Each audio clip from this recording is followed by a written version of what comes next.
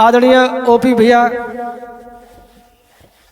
Music channel पर एक कांड हम सुनावे जाते हैं और हमें आशा नहीं पूर्ण विश्वास है कि यह कांड आप लोग को बेहद पसंद होगा।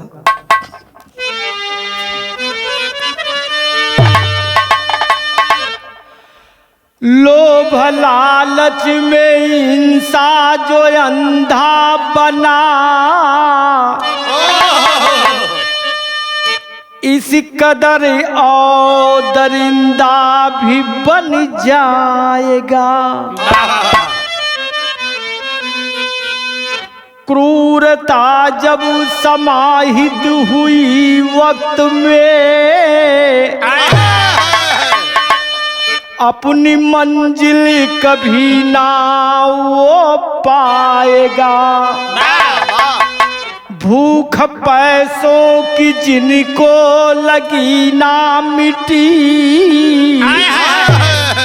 इस कदर और बढ़ा खुद ही मिट जाएगा।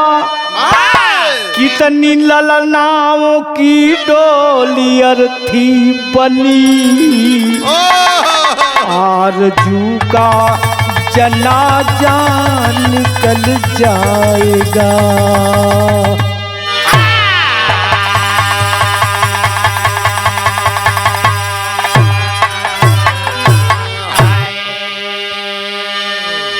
सज्जनों, कहानी पढ़ने में, कहानी जानने में हकीकत में हृदय में दर्द पैदा हो जाता है। कितनी ललनाओं की डोली अर्थी बनी है मेरे दोस्तों। मैं नहीं कहता आए हुए समय में टीवी चैनल पर अखबार द्वारा तमाम तरह के सुने के आप लोग की मिलेला, तो बड़े भैया गुलाब भैया एक तर्ज बात तर्ज तो बढ़िया से हो। हाँ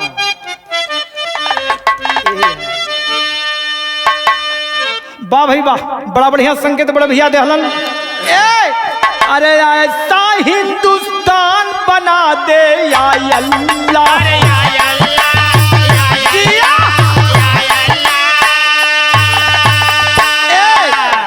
ऐसा हिंदुस्तान बना दे या अल्लाह। जाति धर्म का नाम मिटा दे या अल्लाह, नाम मिटा दे या अल्लाह।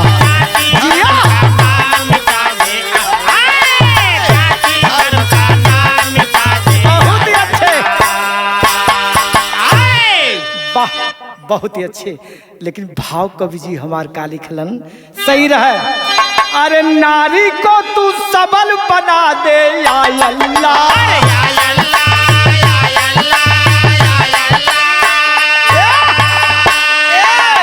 अरे नारी को तू सबल बना दे या अल्लाह। या दहेज का नाम मिटा दे या अल्लाह,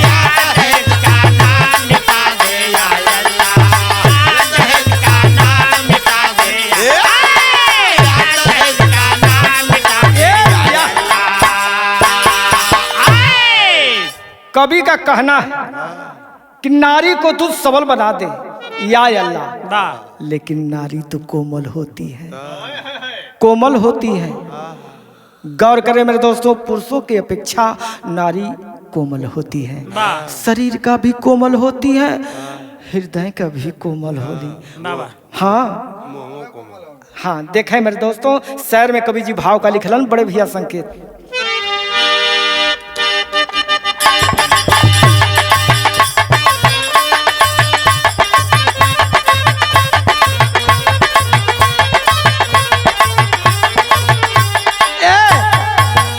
पटना सिटी का अंदाज कुछ निराला है, पटना सिटी का अंदाज कुछ निराला है।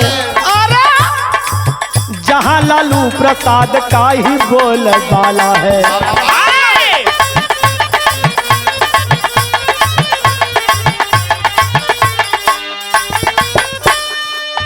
घटना घोटालों की सीटी मानी जाती है, घटना घोटालों की जो सीटी मानी जाती है, अरे कुछ शरीफ हस्तियां भी जानी जाती है।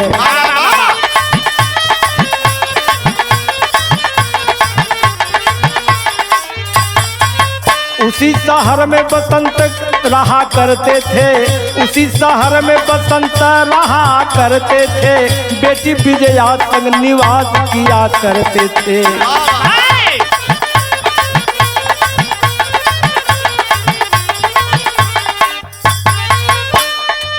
हुई जवान बेटी चिंता सतावत भारी, अरे हुई जवान बेटी चिंता सतावत भारी, करूं क्या गरीबी में आंसू बहावत भारी।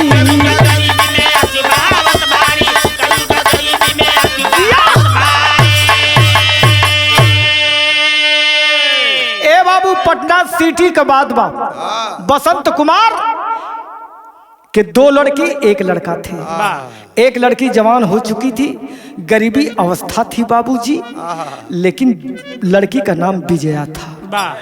और जस जस लड़की बढ़ती गई मेरे दोस्तों, बसंत कुमार की चिंता बढ़े लगल। जब बढ़े लगल तो एक तरह जाए गुलाब भैया,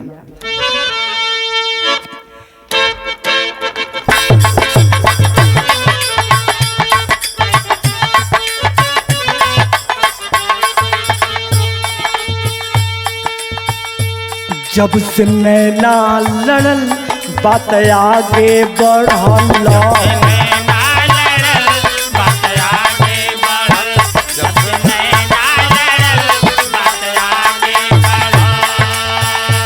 जब से नैना लड़ल बात आगे बढ़ल, रोज अखिया रहेला इंतजार में, दिल दीवाना भइल तोहरे प्यार में।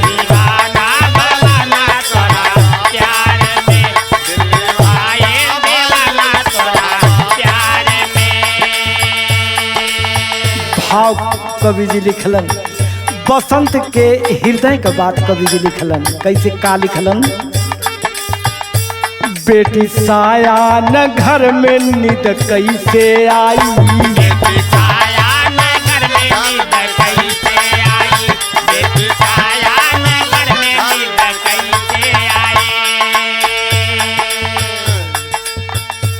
घर बर खोज कहवा हम जाई के, गरीबिया रुलावे दिल दुखाई के, गरीबिया रुलावे दिल दुखाई के, गरीबिया रुलावे दुखाई के। सज्जनों, अमीर आदमी से गरीबी की बात पूछेंगे तो गरीबी के विषय में क्या बताएगा? कभी नहीं, कभी नहीं सज्जनों, कभी नहीं। वही आदमी बताएगा जो गरीबी झेला हो मेरे दोस्तों। बारे बसंत के आंखों में आंसू आ रहा है मेरे दोस्तों, रो रहा है, चारपाई पे लेटा हुआ है। कैसे अपने बिटिया का शादी करब हो, एक पैसा घर में ना बा, अन्न ना बा, हम करी का? सोचत अखिया में बीत गईली रात हूँ, चलब बनारस रिश्ता खोजा हो तब प्रात हो,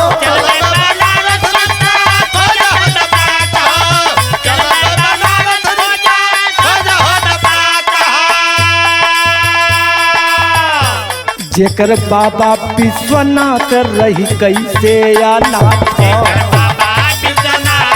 रही कैसे अनाथ। बारे बसंत, अरे ये तो ना विश्वास बाबा विश्वनाथ जी, बाहर बसंत कुमार, जेकर बाबा विश्वनाथ रही कैसे अनाथ,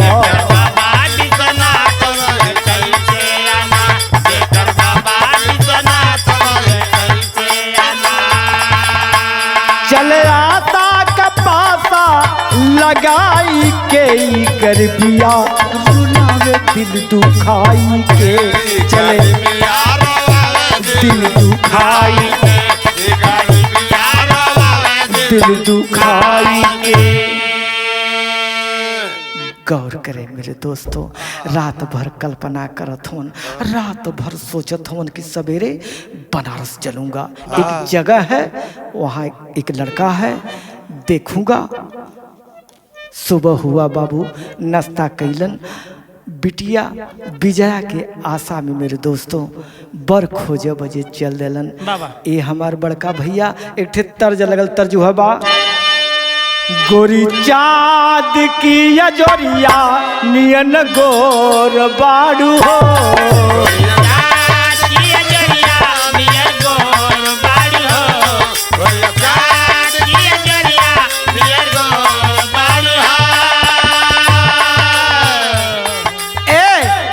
गोरी चाँद की अजोरिया नियन गोर बाड़ू हो, तोहार जोड़ केहू नहीं थे तू बेजोड़ बाड़ू हो, तोहार जोड़ केहू नहीं थे तू बेजोड़ बाड़ू हो, तोहार जोड़ केहू नहीं थे तू बेजोड़ बाड़ू हो। आया है बसंत, काशी के लिए तैयारी कर देने बाबू। गौर करें मेरे दोस्तों, तब आइला बसंत जब काशी नगरी,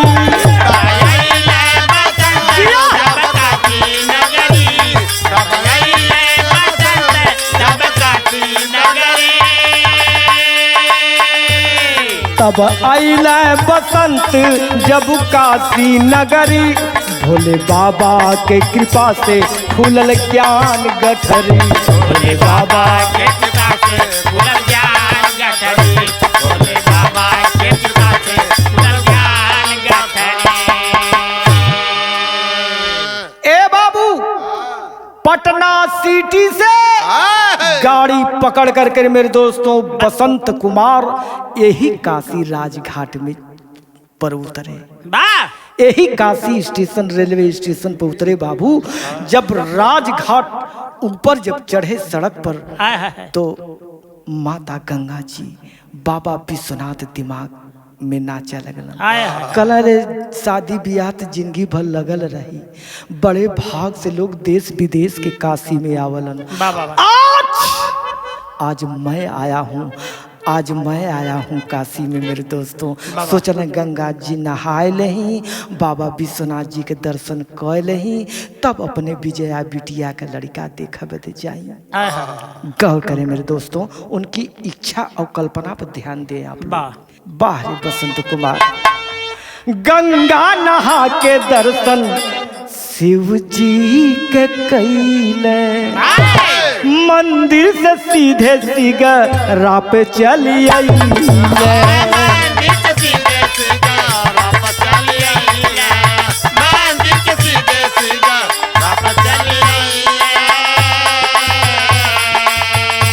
विधि के विधान देखा कारीगरी,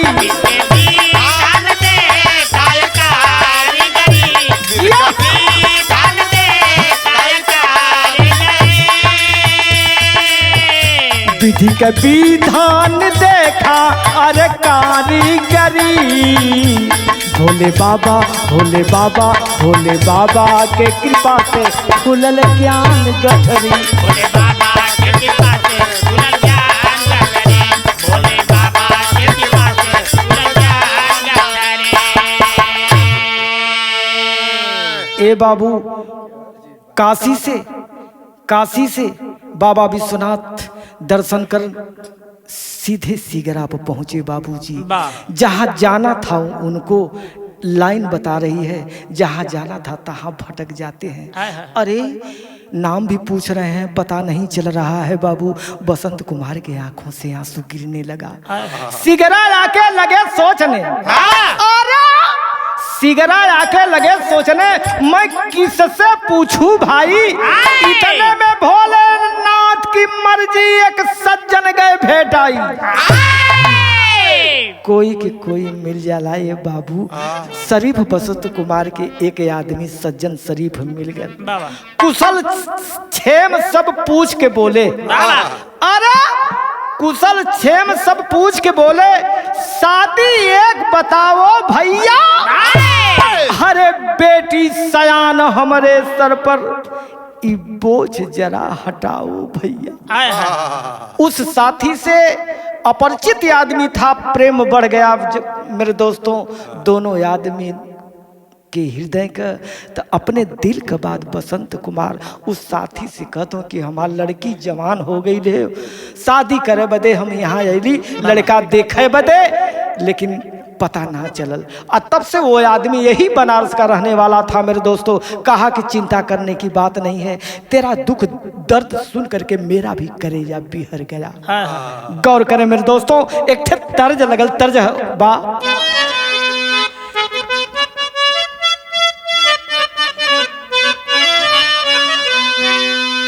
तर्ज है बाप से जिया चढ़ती डरी लाग मोरी गोइया,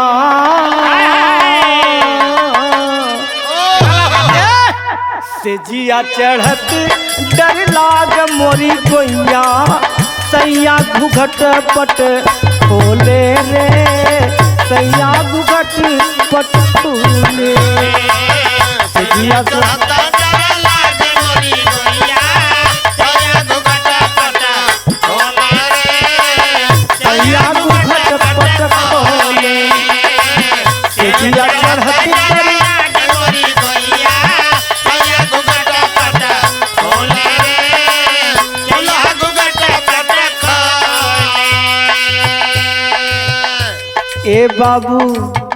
ए बाबू दुनिया के दुनिया दुख बांट रहा। बसंत कुमार का दुख दर्द सुन करके वो आदमी के आंख में आंसू आ गए। कसम खाया, कसम खाया, इस परदेसी आदमी का मैं दुख बांटूंगा। चला चला भैया, हमारे घर एक लड़का बा, देख ला, अगर पसंद हो जाई तो शादी हो जाई। लिया गलन अपने घरे, लिया गलन। का कहत हुआ हो वो आदमिया, का कहत बा बसंत जी से, लड़का तो बाटे जवान हमारे घरवा, लड़का तो बाटे जवान हमारे घरवा, चला घरे होई बात हो, बीती वही पे बात, लड़का तो बाटे जवान हमारे घरवा, चला घरे होई बात हो, बीती वही,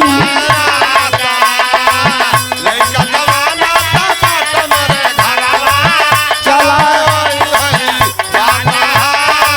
बीती वही पे आज रात, चला सम्मान पूर्वक घरे लेके आइले, आया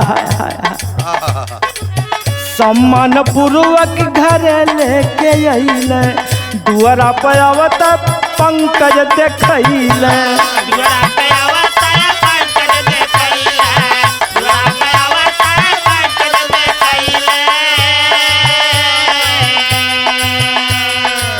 मनहु बसंत के बसंत मिल गईले,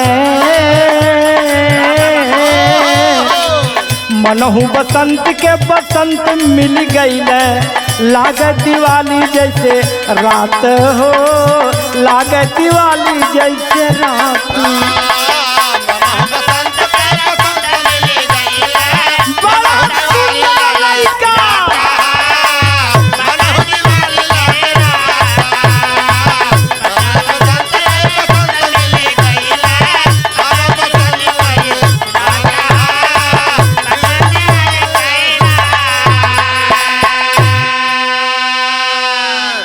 आया है दुआरवे पर पंकज नाम का लड़का इतना सुंदर परमात्मा बड़ा ढंग से गढ़ले रहा। बतौलन कि भैया यही मेरा लड़का है, देख लीजिए, अगर आपके लड़की के जोग लड़का है तो शादी होगी।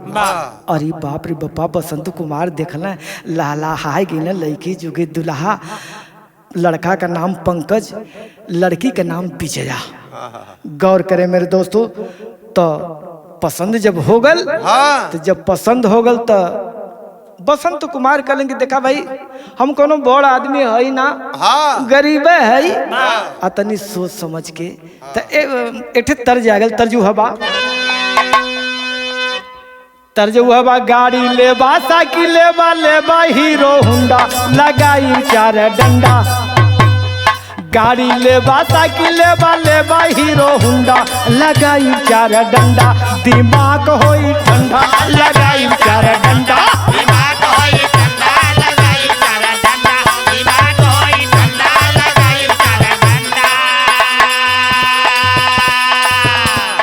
तिलक दहेज वाली बात सुन के फाटे छतिया, तिलक दहेज वाली बात सुन के फाटे छतिया, विपतिया भइल बिधना जिंदे होला मौतिया, विपतिया भइल बिधना जिंदे होला मौतिया, विपतिया भइल बिधना जिंदे होला मौतिया, विपतिया भइल बिधना।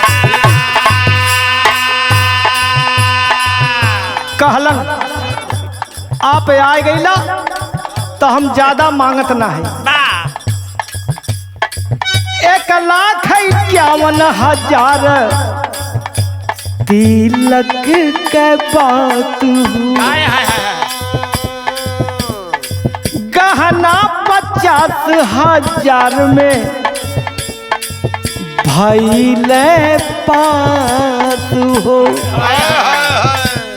किसी तरह से रिश्ता जुड़ल बीतल विवाह सदिया, विदाई भैली बिटिया पिया संग जीवन सथिया, विदाई भैली बिटिया पिया संग जीवन सथिया, विदाई भइल बिटिया पिया संग जीवन सथिया, विदाई भइल बिटिया। गौर करें मेरे दोस्तों, हम 1,51,000 और 50,000 में गहना तय भल, शादी बड़े धूमधाम से भइल। विजया बिटिया के जब विदाई होए लगल हो, करेजा फाटे लगल बसंत कुमार का कि भगवान कश्ती किनारे लगा दिलन, जा बेटी अपने घरे सुखी रहा। ससुराल में सपना सजाने के लिए, अपने पिया का घर बसाने के लिए बाबू चल देती है विजया। तो विदाई का पहर बड़ा बेजोड़ होला हो। एक तर्ज लगल,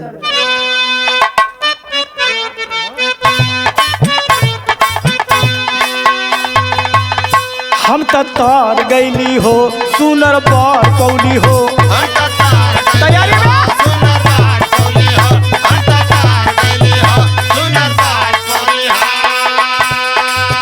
हम तो तार गईली हो सुनर बार पौली हो, अपना रजऊ के प्यार में तबर गईली हो।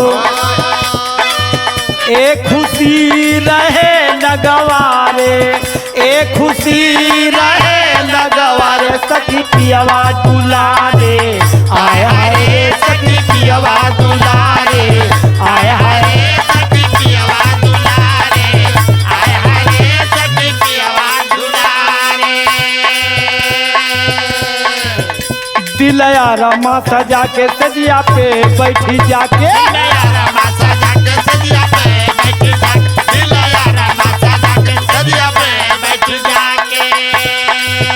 सुहाग रात के बेला में दुल्हन अपने पति का इंतजार करती है, और शादी तो बड़ा धूमधाम से हुई, लेकिन सज्जनों गहना तो दे दिया बसंत कुमार, लेकिन 1,00,000 भी कर्ज लेकर के दे दिया, लेकिन 1,51,000 में तय था न, 51,000 केवल बाकी था, नहीं दे पाया था। बसंत कुमार उसके जुगाड़ में थे कि सब कुछ मैं दहेज में दे दिया हूँ, लेकिन 51,000 किसी तरह मैं दे दूंगा। लड़की की विदाई हुई, लड़की सुहाग रात में पति का इंतजार करती है, लेकिन पंकज किया क्या?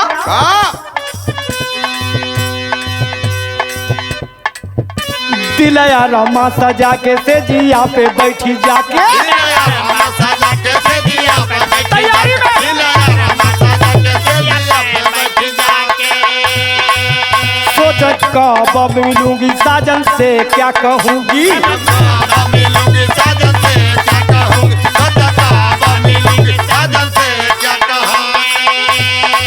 चली है दुल्हन सपना सजा के चली है दुल्हन सपना सजा के पिया मन भाके आय हाय रे पिया मन भाके आय हाय रे पिया मन भाके आय हाय रे पिया मन भाके आएंगे कब प्रीतम मेरे बैठी पलक बिछाई हो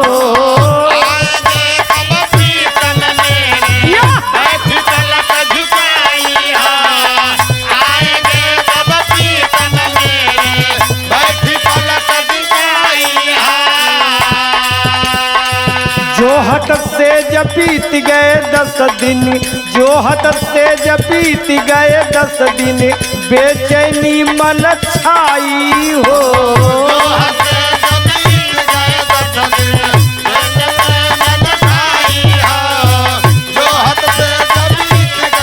10 दिन बीत गए दूल्हा नहीं आया। कब तक बिरह सहूंगी सोचा कि कब मिलूंगी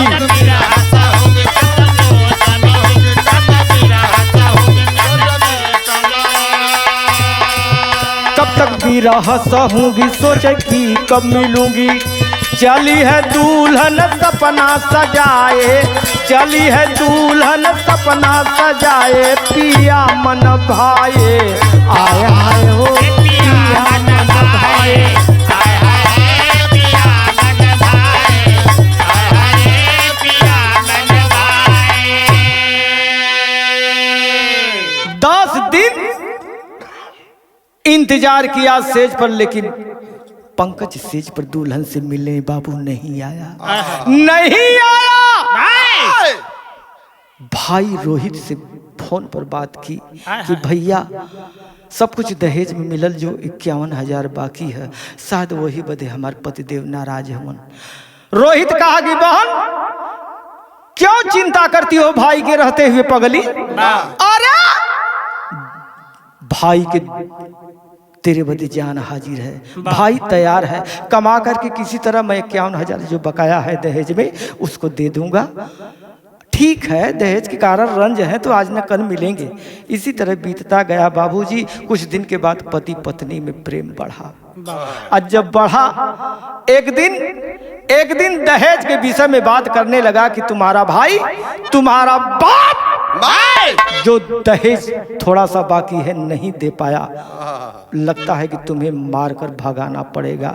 बाबूजी लेकर के डंडा जब मारने लगा लाठी लेकर के मारने लगा तो वो लड़की रो रो के कहती है बाबू का कहलस हो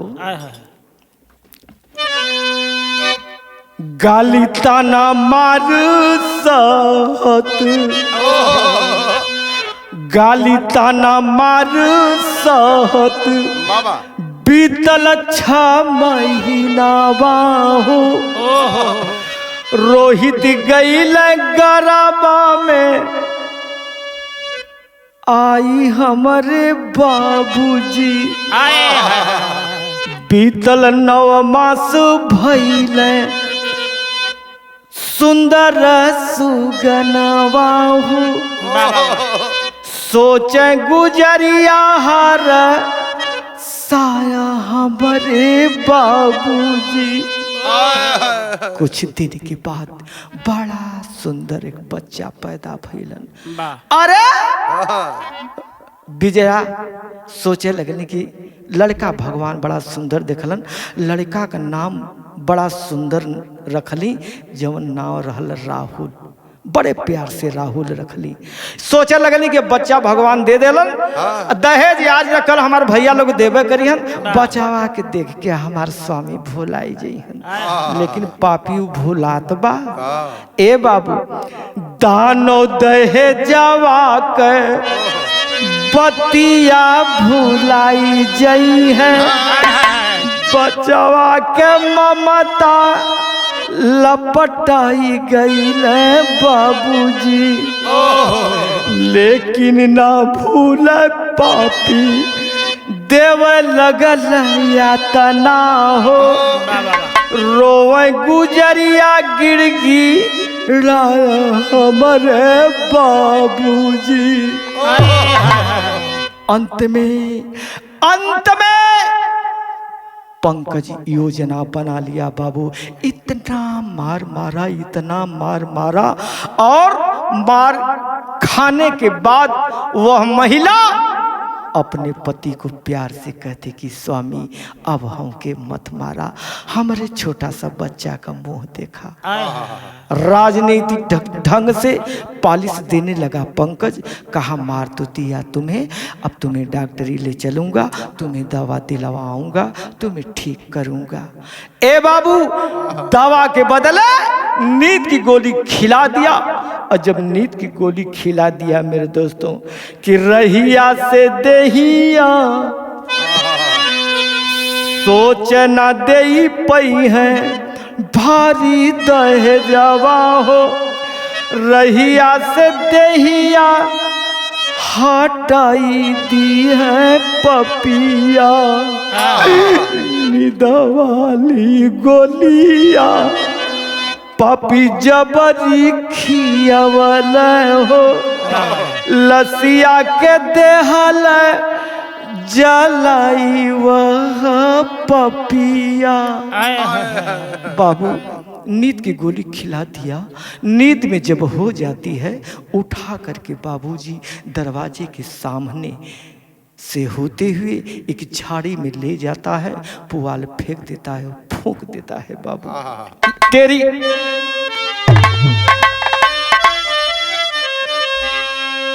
जरई है, अरे जरई है जबकि ऐसे बिटिया सवारी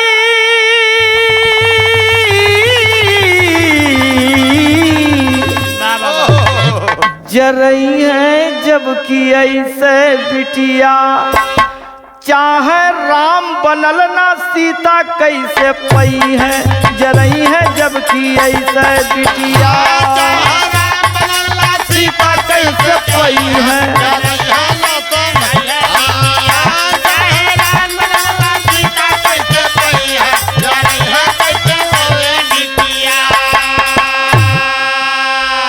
बनावटी चेहरा से होई चोरऊ, ऊपर के चेहरा से कि मैं राम हूं, मेरी पत्नी सीता समान है।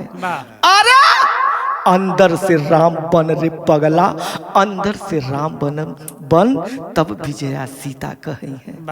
क्या कवि डूब कर लिखा है कि जरई है जब कि ऐसे बिटिया, चाहे राम बनल ना सीता कैसे पई है। पहपट का लाइन आएगल कैसे कवि जी, बाण से बढ़ी के बेध बिरही बनावा विजया बिटिया हो, और समाचार सुन शोकित कुल भय मनावा विजया बिटिया हो।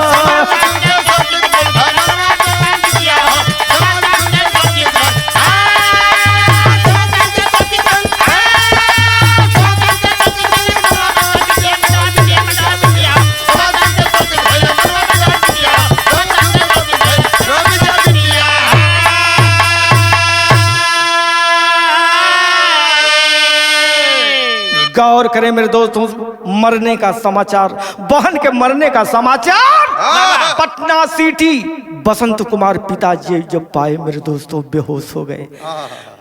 बहन का खबर पा करके भाई रोहित बेहोश हो जाता है। बाबू होश जब होता है तो बसंत कहते हैं कि क्या कहते हैं,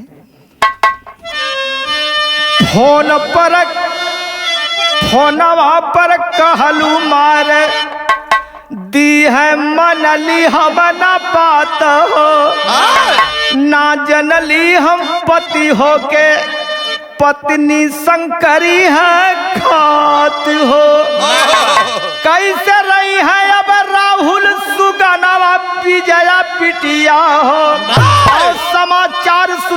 शोकित भइल मनवा पिजया पिटिया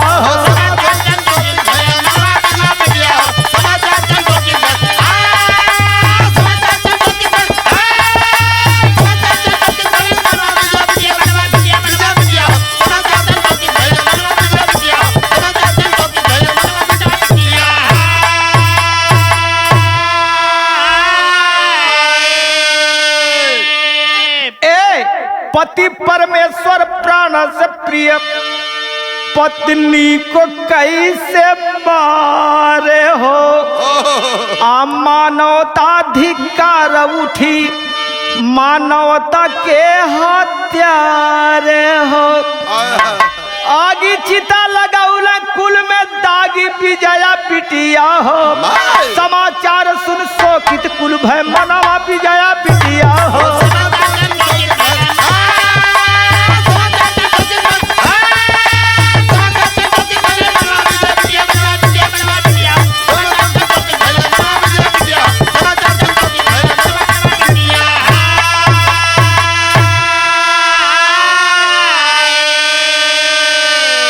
बाबू यही बनारस की धरती पर सिगरा पर जब बसंत कुमार आए रोहित भाई आया लाश को देख करके छतिया पीट पीट करके बाबूजी की अखियां से आंसुआ गिरत है ये बाबू आल्हा में कवि जी भाव का लिख रहा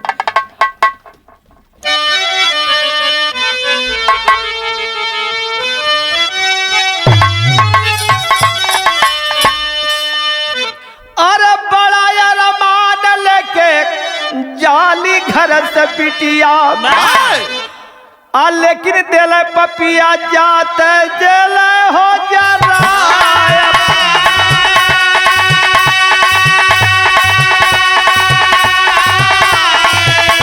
लेकिन दिल पपिया जाते दिल हो जरा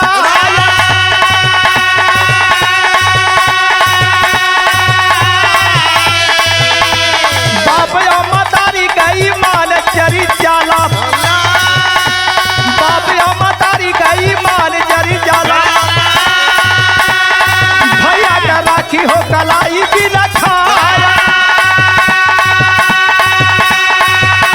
जरी जाला नहीं हरे का जरी जाला नहीं हरे का सगरी हो नतवा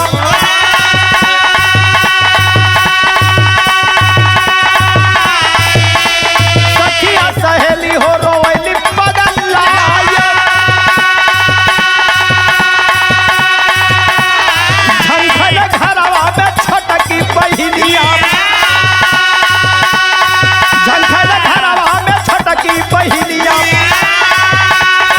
ना जानी हमारे करम में कबाया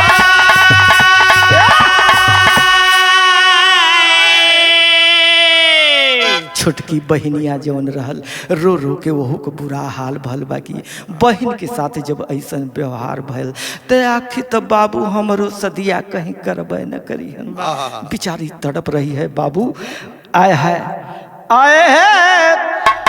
अरे दूधवा के जरा लग फूक मंठा भी अब पिए हुममा करत कहीं हाथ जरी जाए हो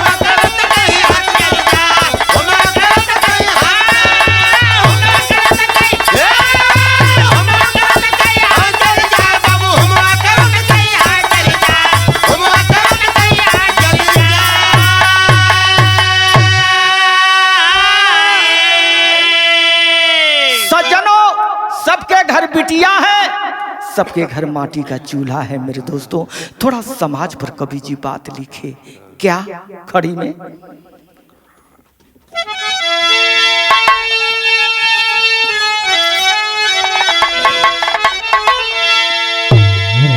नहीं अब केहू पर केहू का ईमान रही है कसी कानून का सिकंजा तब बेईमान रही है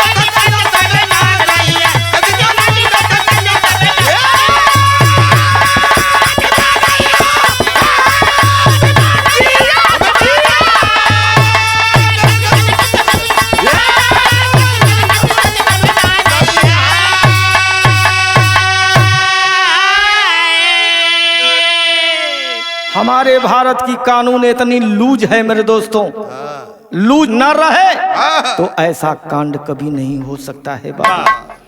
वाह,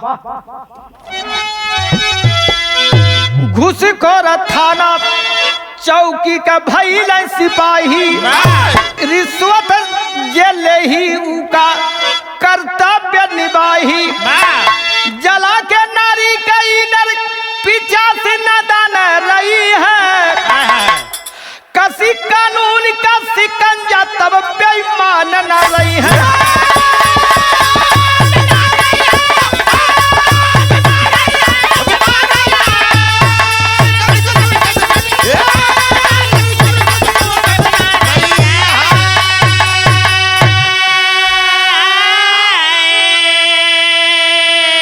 सज्जनों, जानबूझकर शादी नहीं करनी चाहिए, जानबूझकर कुआं में नहीं लड़की को फेंकना चाहिए।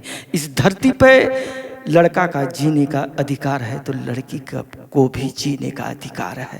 अंतिम लाइन है, अपने हाथ अपन सवारा तकदीर हो, कायम करा दुनिया में ऐसा नजीर हो।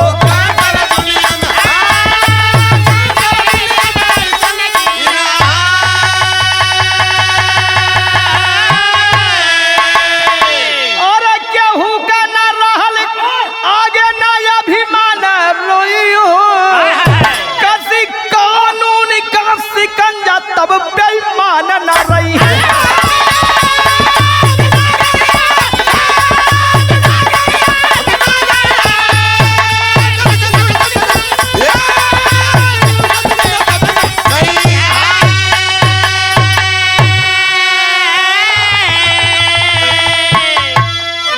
गुरु बिहारी गुरु गणेश बदलो समाज आए भाई, कथन करें डॉक्टर राधे श्याम दुनिया को बतलाई, रही है कैसे ऐसे बिटिया अपने हाथ अपन फूके घर बचतई है, जलई है जबकि ऐसा बिटिया।